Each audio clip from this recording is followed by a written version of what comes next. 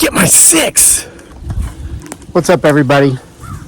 Welcome back to the most awesomest homesteading channel on the planet. It typically doesn't have anything whatsoever to do with homesteading. Homesteading off the grid. Kind of does this today. Here's a bunch of my birds. Here's a bunch of chickens. I got ducks out here somewhere. What's up? What's up? Man, I'm cleaning up my garden. Over here's my ducks. What's up, ducks? What's up? They're eating the tomatoes and the stuff. Over here's my Jersey Giants back here. Can you see them over there? All right. Giving the inmates 1 hour in the prison yard here this morning.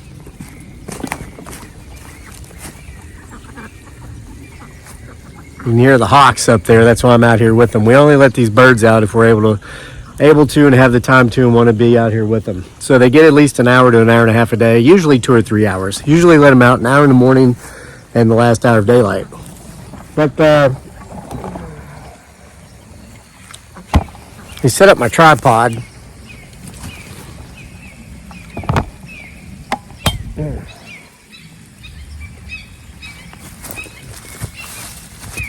My tripod's about busted, so I guess I'm just going to sit here on my knees and tell this story.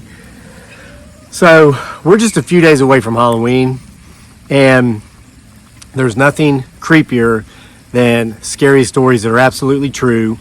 I've uploaded nearly 3,000 videos on this channel since its inception.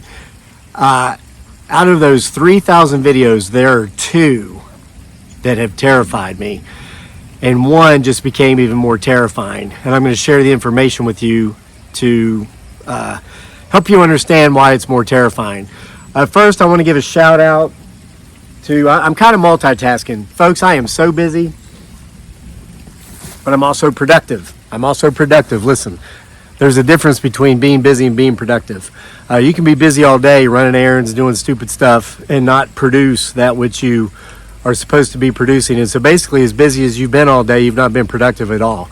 I typically avoid getting busy, but I do like to be productive because that helps move me forward in life towards my goals.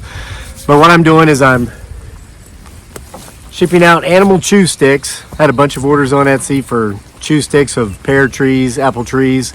Got some more books. I'm packing those. Those are in the back. So I'm doing all this stuff outside while I'm spending time with my birds. I'm multitasking, and I'm telling a creepy Halloween story.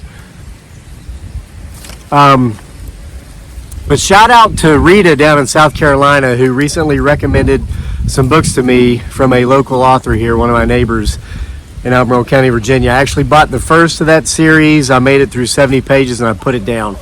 I was not interested in the story. The storyline was okay. As someone who lives in the greater Charlottesville area, the characters, she did a great job describing the characters because they were pretentious, yuppie, snotty snobs. And she nailed that, and she lives here, so she would know. But there was just too much man hate. I don't know anything about the author, and I'm not going to mention the name because I don't want to degrade her, but I would bet if she's married, her husband's not a happy man. I couldn't get over the man hate enough in the first 70 pages, plus seeing the posh, pretentious, yuppie snob types.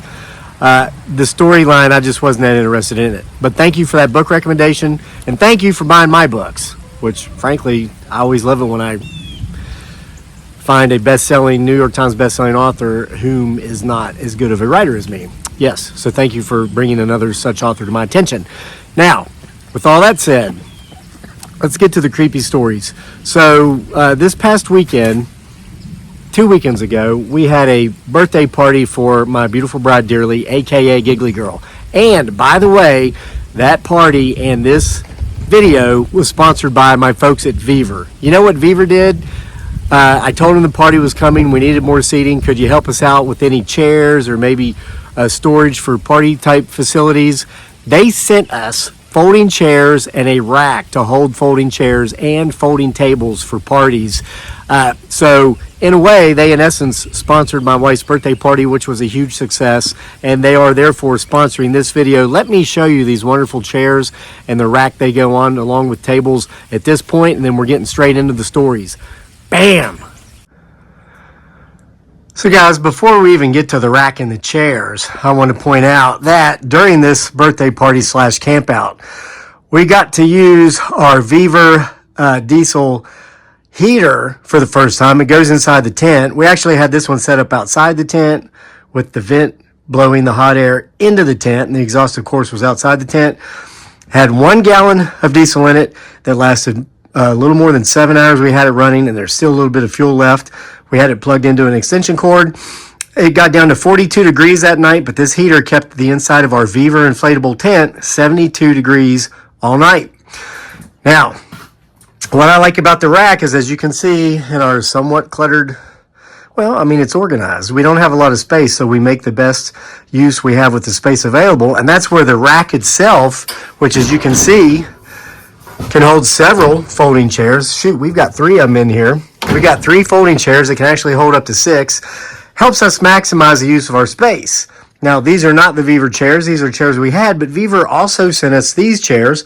I'm going to take one out and show you how simple they are to use and let you see how comfortable they are. Isn't that such a beautiful view? So here's one of the Vevor chairs. I want to thank my sponsor Vevor and Melody over at Vevor for sending us these gifts for my wife's party. They just fold out like any folding chair would. And they hold, they're lightweight, they're small. They don't look like they'd be as strong as they are, but they can hold up to 250 pounds. And we had some folks probably pushing that at the party. It was mostly Filipinos and Filipinas from my wife's Filipino community's friends group, but we did have some Americans here. I think a couple of them were over 250, and these chairs held up just fine. The only problem is they're so comfortable and this view is so nice, I could probably sit here and stare at this view all day and get nothing else done.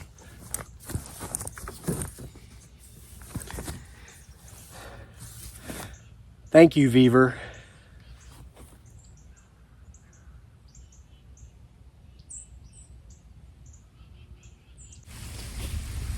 All right. Yeah, I have to do that so I know where to put the piece with the stuff in there. Multitasking. So here's the deal. About a week or so before the party, we invited some friends of ours, part of our football family we've been friends with for many years. They've got a couple of boys. I've coached them both. One is on the high school team with Daniel. One's a little younger. And I've coached him as well in flag football. So we invited them to the party. And I told the younger son, I said, yeah, you'll have fun. Because he asked if he could go fishing in the pond. And I said, yeah, you can go fishing. I said, we can walk around the trails. I said, who knows, we might even see a ghost or two. And he says, yeah, right. And I said, hey, that place is haunted. You never know. And he started laughing. He clearly was a skeptic and didn't believe in it. So he came to the party. Did we see any ghosts? No, not per se. Now, that was a walnut falling from the tree. I'm being bombarded. Either that or he, she, it, or they were up there in the woods throwing something at me. So anyway, what they left before dark, and I think this is why. I should have held off on the story. These chickens are like, I'm just going to go mobile because these chickens are coming up here and knocking over the tripod. They think I have food. So let's just go mobile. Give you some beautiful views of what's behind me anyway, like these beautiful birds. That cage is not shut up. All the cages are open. When I open the cages, the ones that live in the other cages bum rush the cages that they don't live in, thinking there's something more interesting in that cage than the one they live in. So anyway, I told this family the story I'm about to tell you, and it pertains to one of 2 videos on this channel of the nearly 3,000 videos that actually terrified me. This one didn't so much terrify me as it sent chills down my spine, but the other one I'm going to tell you terrified me, and it gets even more terrifying, and I'm going to explain why, because new information was revealed at that birthday party. Okay, information that somebody had promised to give me for the last 6 years. Okay, yep, it finally came out. This guy who worked for the government finally retired so he could disclose some information that would have cost him his job and put his family in danger, but now he could share it. I'm moving the water hose. The ducks love to play in the water. They won't go to the pond, though. I mean, look down there behind me. See that? That's the pond right there. I have to throw them in there. But if I put the water hose out, they come and play in it. All right, so here's the spooky story number one that I told the family. I think was the reason for them to leave before it got dark. It took place way up there at our family campground. That's where it started, and you can't even see up there right now because this has grown up so much. This was all a hayfield, but we've allowed it to regrow and reforest, and now it's just wonderful. We have our own forest up there now. So you'll remember I used to do this Ornaments of Inspiration thing many years ago. People would send me messages talking about how they'd lost a loved one. It was just before Christmas. It was going to be their first Christmas without their mother or maybe a child. Really sad stories. I would read them on the channel, and then I would put a Christmas ornament on this. It was a cedar tree, I believe it was, or no, it was an autumn olive. That was our Ornaments of Inspiration tree. Well, I was doing a night hunt up there, looking for ghosts, anything paranormal. I had the camera, got up there right in front of this bush with all these ornaments, and I was recording all of this, and I felt as if the temperature dropped like 10 degrees, and this mysterious fog moved in. And so I said, if there's anyone or anything here that wants its presence known, please give us a sign. And so as I spoke those words, as I finished speaking those words, one of those ornaments just dropped off of that bush. And I'm going to tell you, this is from a social media content creator's perspective. In my mind, I thought, man, that is great. You couldn't time that to happen more perfectly. I don't know what the odds of that happening are, but I'm assuming, well, it was a breeze. But there was no breeze. There was nothing. This thing just fell. And I knew that I had kind of wired these things on with wire to make them very secure so that in the event the wind did whip up or wildlife came along messing around with them, they wouldn't fall. But it fell, and I'm thinking, I'm just going to be brutally honest, I'm thinking, cha-ching, that's going to make this video go viral, right? So, but at the same time, part of me thought, thinking the same thing along the lines of what are the odds, it was kind of creepy, right? So I picked the ornament up, I carried it around with me. Many of you saw that video, many of you have heard this story many times before. So yeah, they found the water. I go in the house, I upload the video, I publish it, and it was like 10:30 at night by this time. So I told Dearly about it, my beautiful bride, aka Giggly Girl. And I said, listen, you got to come watch this. So I had taken that ornament with me. They clean up the overgrown garden. Isn't that great? They found some tomatoes we didn't harvest. They were going to town on those earlier. So I said, come here and watch this. So I'd play in the video, but I'd taken that ornament, and we had our Christmas tree up in the corner because it was just before Christmas. And I'd placed that ornament on the Christmas tree. So it was behind us in the backdrop, just above, view of the computer's, the laptop computer screen. So I said, watch this, honey. This couldn't have happened at a more perfect time. So we're watching the video, and in the video, as I say, if there's something here that wants its presence known, give us a sign. And just as that ornament drops in the video, it also dropped from the actual Christmas tree in our living room at the exact same time. Creepy. Now, gets even creepier. So I told this kid and his parents this. Now, this kid who was laughing at the thought of our house and property being haunted 2 weeks earlier wasn't laughing anymore. So he asked what I did with the ornament. What do you want? You want some pettings? Here, let's pet you. Come here. She wanted attention until I gave it to her. So, anyway, there's a grave over here just inside the wood line where 3 little girls who died during the Spanish flu of 1918 in my house are buried. So I had taken that ornament over there and stuck it in the brambles above the graves because I thought, man, these girls are letting me know they want to be known. It's Christmas time. Kids love Christmas. So we went over there to look for the ornament, and it wasn't there. And here's the thing. I've seen it every year since I put it there, but I didn't this time. And so I'm thinking, what happened to it? There's no way it could have just disappeared, or could it have? And then it occurred to me, I never go check on it unless it's Christmas. Well, it's not Christmas now. It's haunted. It's Halloween, and it's not there. So I'll be checking again around Christmas time, okay? So there's that. But here is the super creepy story. This one did terrify me. So this happened in October. It was October 19th of 2019, I think. So it's been about 6 years or so ago. And I'm going to put this video at the end of this video so you can go watch it if you haven't seen it. And I'm going to I've looked and looked and looked for the video with the Christmas tree ornament falling, and I haven't been able to find it, or I put it here too. That's a problem with having 3,000 videos. And I don't remember what I titled it, because, you know, I allegedly use clickbait titles to get views. So I probably called it something like, you know, he fears the worst for only something worser than that to happen. Man, I'm not going to be able to find that. Man, look at all these chickens. We got all these, it's funny. What are these little flowers called? Somebody will know. Marigolds, I think. They say they deter deer and rabbits. So we planted marigolds all around the gardens, you know, garden spots here as a natural deterrent. We literally had a female rabbit dig a hole down into this marigold patch and give birth. So we had like 8 baby rabbits just living in our garden in the middle of the marigold patch. Okay, and the deer, we've seen deer jump over the 8 feet high deer fence, stand in the marigolds, and eat the vegetables. Nothing is wildlife proof. Nothing. Look at that duck picking up the hose and moving it. You see that? He didn't like it there, so he picked it up with his neck and moved it somewhere else. Oh, they're so spoiled. Aren't you? All right, so October of some odd years ago, that's the one where I discovered the lair of Bigfoot Sasquatch, and I was made known that I was not welcome. You remember that one, brah? So I go out in the woods, not far from where I live. I won't give the specific location.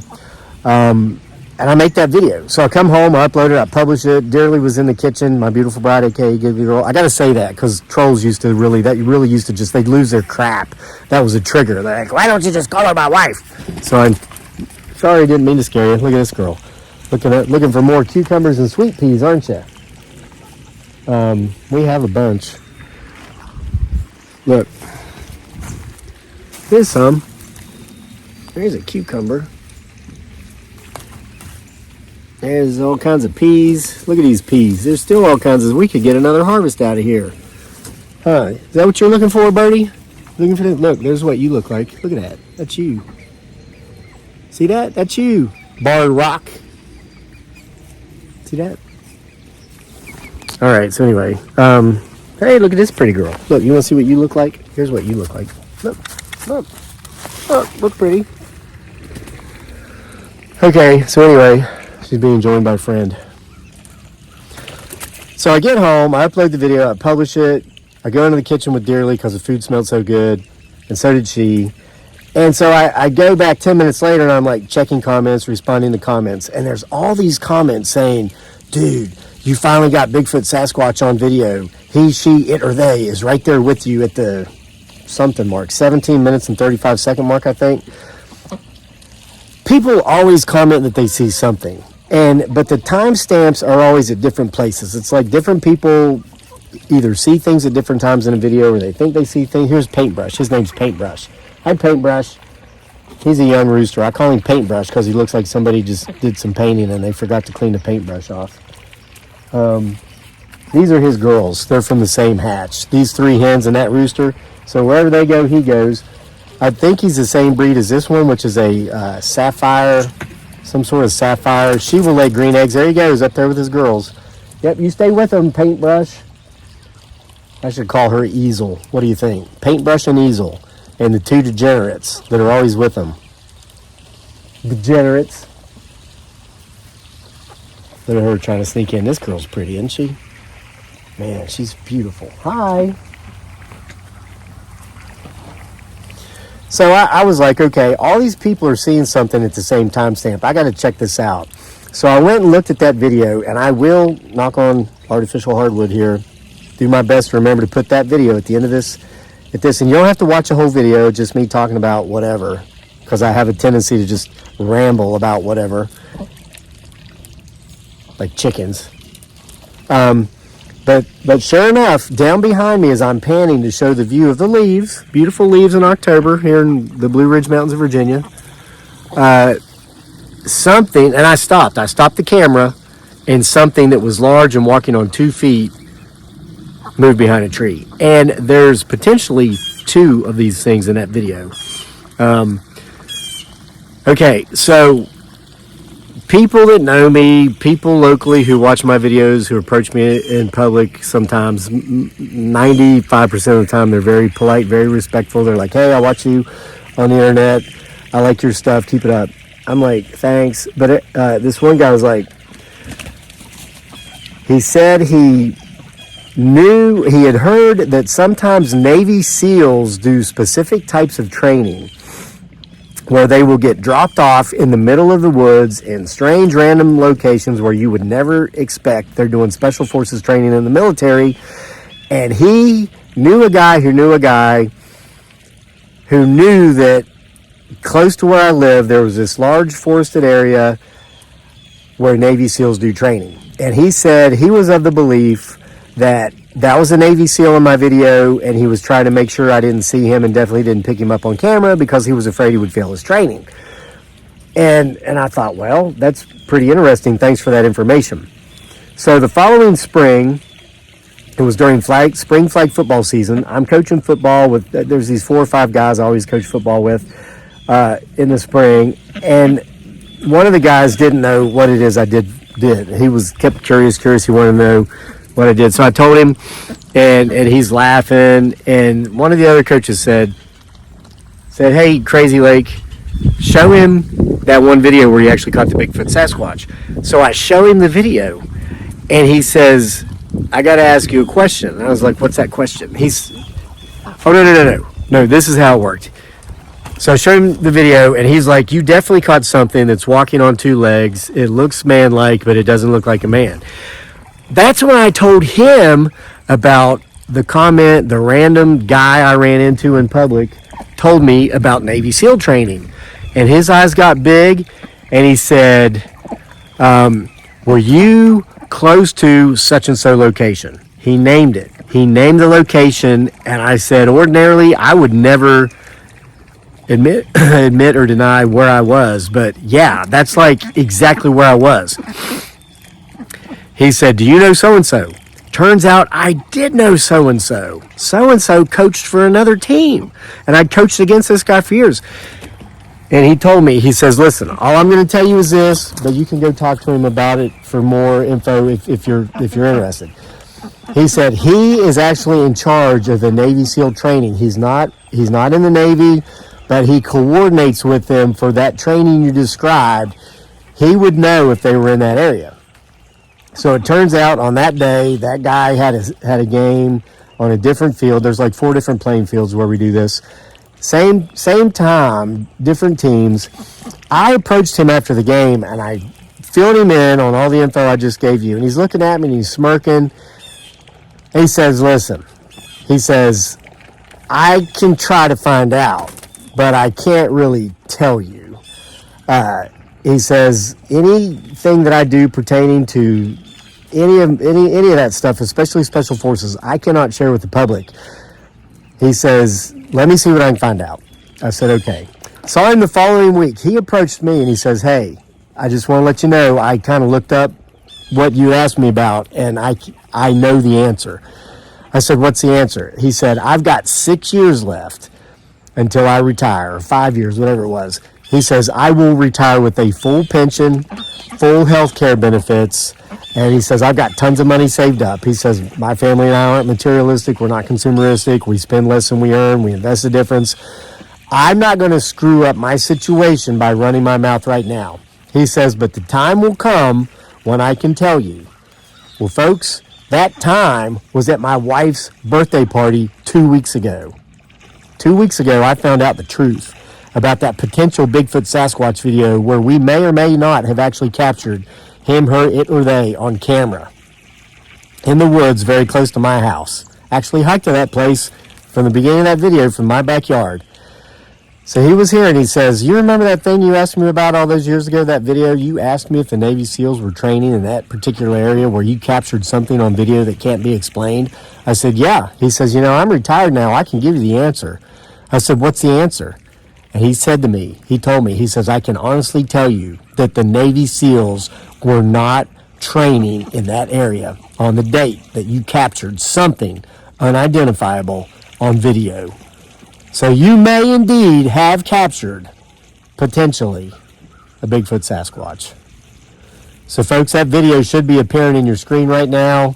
He discovers the lair of Bigfoot Sasquatch, and it's made loud and clear or something he is not welcome. Go watch that, at least the 17:35 mark. See what you think. All right, so I hope you enjoyed this video. Boy, they've loved listening. They've taken a seat. They want to hear more. Sorry, guys, this is the end. I've got to get back to my multitasking. So I'll see y'all for more next time.